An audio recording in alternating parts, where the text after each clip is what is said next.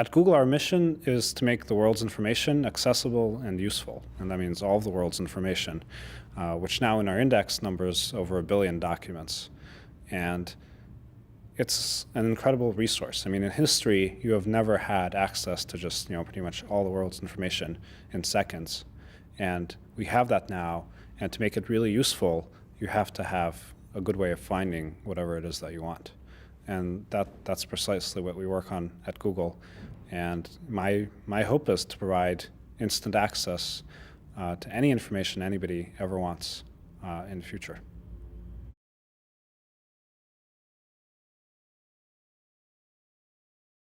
Certainly anyone can say, oh, I want to build a car that's going to cost $5 and go 500 miles an hour. And all of that would be great. I was fortunate to be at Stanford, and I was really interested in data mining, which means analyzing large amounts of data, discovering patterns and trends.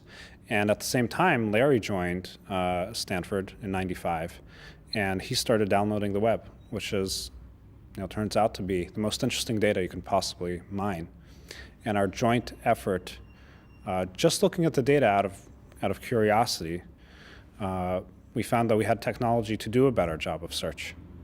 And from that initial technology, we got really interested in the problem, and we realized how impactful having great search can be.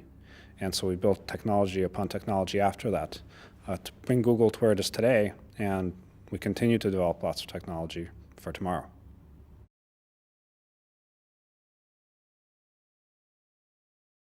Well, it's actually a great argument for pure research, because we didn't start out to do a search engine at all. In late 1995, I started collecting the links on the web, because my advisor and I decided that would be a good thing to do. And we didn't know exactly what I was going to do with it. But it seemed like no one was really looking at the links on the web, which pages link to which pages. And computer scientists love big graphs, and this is like, right now it has like 5 billion edges and 2 billion nodes, so it's a huge graph. And I figured I could get a dissertation and do something fun and perhaps practical at the same time, which is really what motivates me. And so anyway, I started off by reversing the links, and then I wanted to find, basically say, who links to the Stanford homepage? And there's 10,000 people who link to Stanford. And then the question is, well, which ones do you show? So you can only show 10. And we ended up with this way of ranking links based on the links. And then we were like, wow, this is really good. It ranks things like, in the order you'd expect to see them. Stanford would be first. You can take universities and just rank them, and they come out in the order you'd expect. And so we thought, this is really interesting. This thing really works. We should use it for search. And so then I started building a search engine, and Sergey also came on very early, probably in late 95 or early 96, and was really interested in the data mining part. And basically we thought, oh, we should be able to make a better search engine this way, because search engines didn't really understand the notion of which pages were more important. If you type Stanford, you get sort of random pages that mention Stanford. This obviously wasn't going to work. It obviously wasn't going to scale.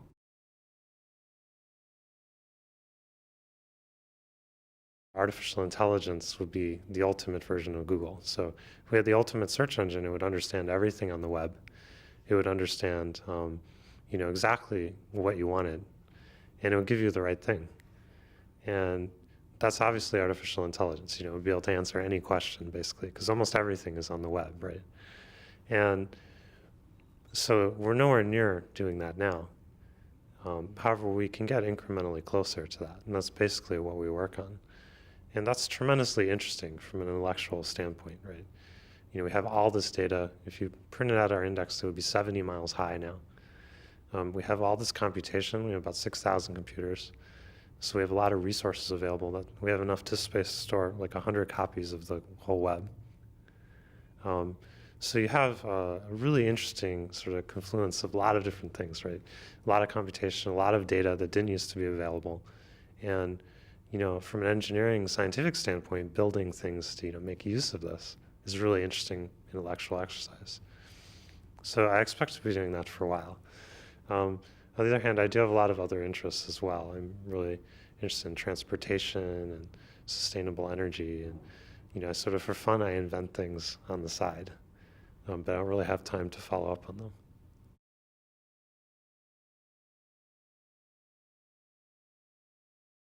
I think the age is a real issue. I mean, it's certainly a handicap in the sense of being able to manage people and to hire people and all these kinds of things.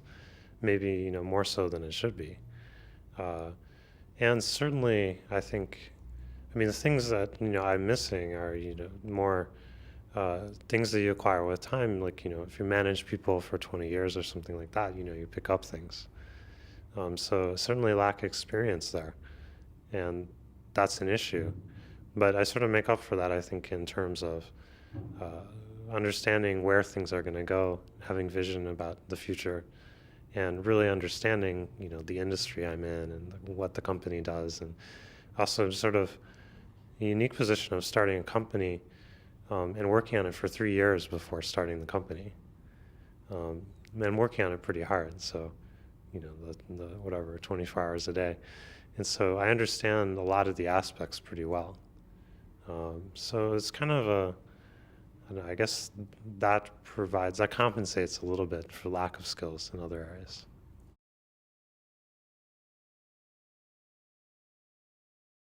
One is on deploying a service that's going to serve millions of people. When we were at Stanford, we had 10,000 people using our service, or about 10,000 searches per day, I should say. And now we serve over 50 million searches per day. And that scaling of infrastructure, that's pretty challenging. On a more personal level, I think I'm now the president of Google, and we have about 170 people now. And I think managing people and being emotionally sensitive and all the skills you learn in terms of communication and keeping people motivated, I think that's been a challenge, and I've enjoyed learning that, but that's an important and a hard thing to learn.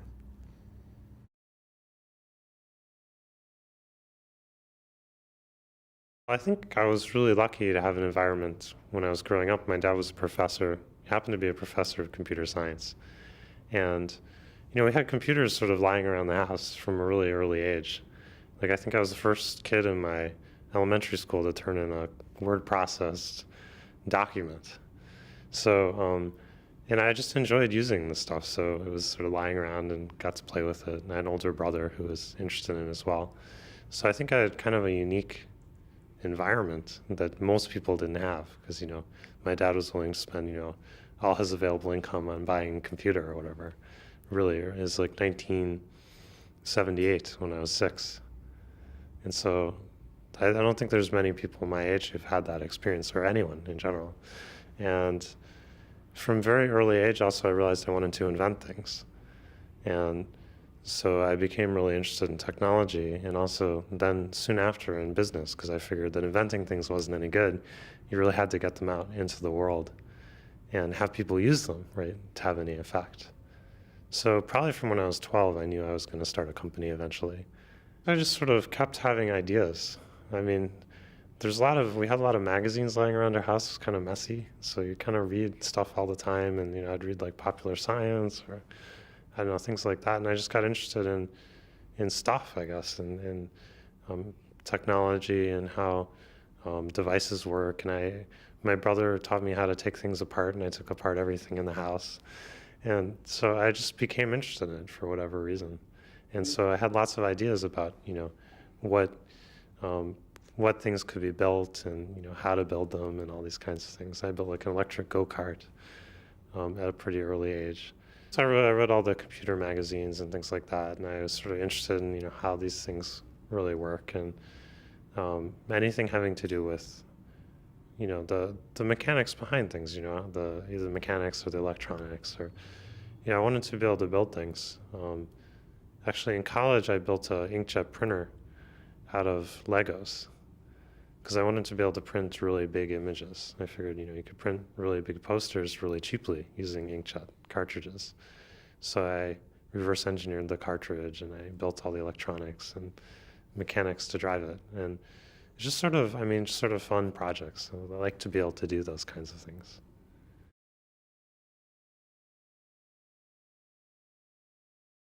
I certainly like to think I'm young, but these days, by Silicon Valley standards, I'm getting to be over the hill. And if you look at Napster, for example, the founder's like 20. But anyway, I was really interested in computers ever since I got one when I was in elementary school. And eventually I went on to join the PhD program in computer science at Stanford. And it was purely, the interest of what can you do with all of the world's information now that it's online. That interest spawned Google, and that was together with Larry Page, who's my co-founder and partner.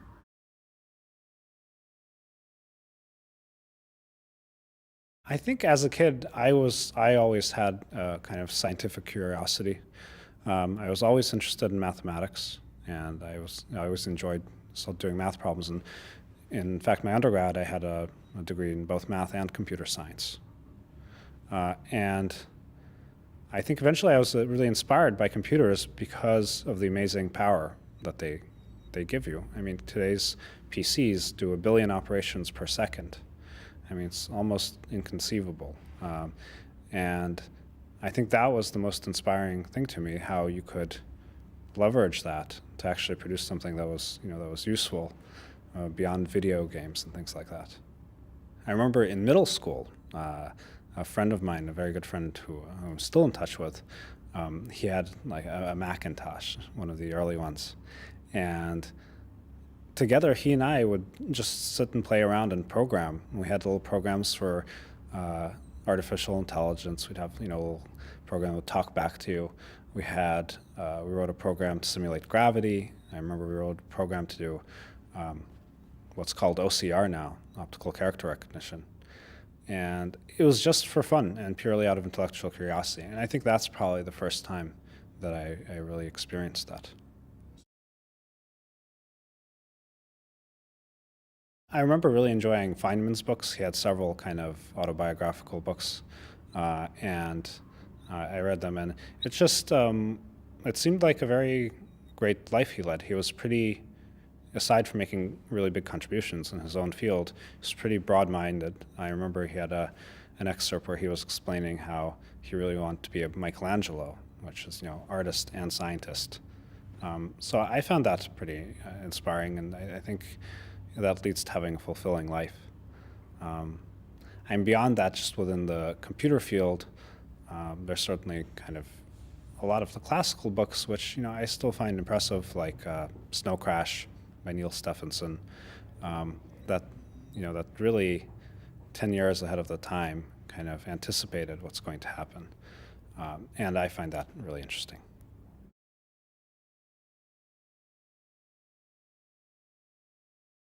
As a child, I was, I had an accent. I came to the U.S. at the age of 6, and so I was teased and stuff in elementary school. And I don't regard myself as, being really popular going through school. But that was never that important to me, and I always had friends. I think, if anything, I feel like I've gotten a gift by being in the States rather than growing up in Russia. And I know the hard times that my parents went through there, and I'm very thankful that I was brought to the States. And I think it just makes me appreciate my life much more.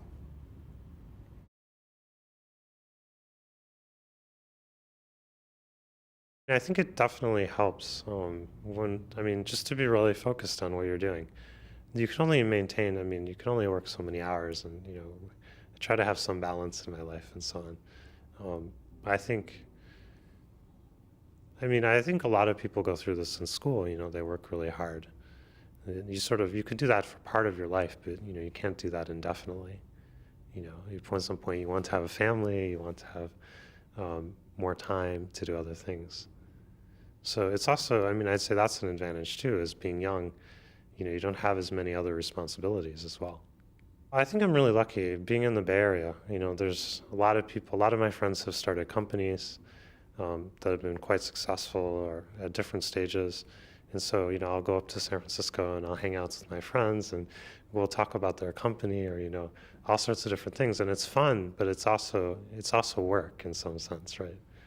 So I think in the Valley, in Silicon Valley, there's a mix, there's really a mix of recreation and work a lot of times.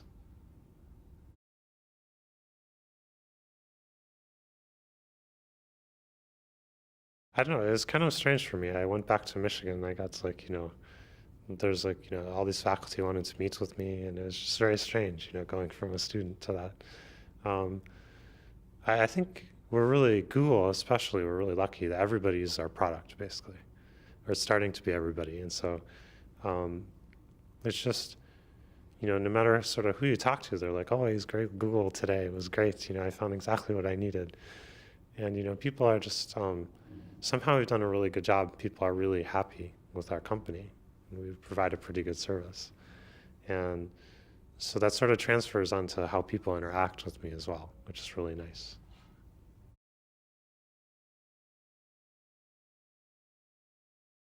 I think in terms of being remembered, I think I want to make the world a better place. I mean, I think that's a pretty generic answer, but in several ways. One is through Google, the company, and in terms of giving people access to information. And, I'm sure I'll do other endeavors too, in terms of technologies and businesses. I think the second is just through philanthropy, and I want to make sure that while I don't have actually a significant amount of wealth beyond that on paper right now, I hope that I do have the opportunity to direct resources to the right places. And I think that's the most important thing to me. I don't think my personal life, my quality of life is really going to improve that much more with more money.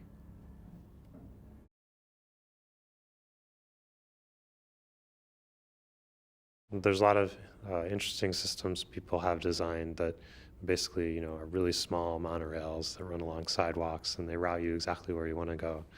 And some of these things are actually quite practical. So as a side interest, I've kind of followed this stuff.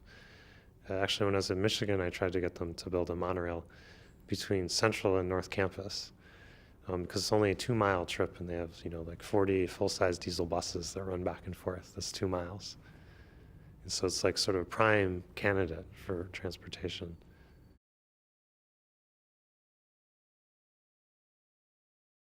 I think Stanford's a really great place. I mean, there's really, really smart people around. And it's really a fun place to be. And actually some people like from other startups have gone back once things sort of calm down. So it does happen. I think for me, there's things I want to work on that are very speculative. And Stanford is a great place to do things like that. Like I didn't start out building a search engine, right? I just said, oh, the links on the web are probably interesting, why don't we try doing something with that? And, I was pretty lucky that that was a useful thing to do. So I think if you're doing something you're not sure is going to work at all, a company probably isn't the right place to be doing it. And having incredibly bright people around to work with is a really nice thing. So I could see going back for that purpose.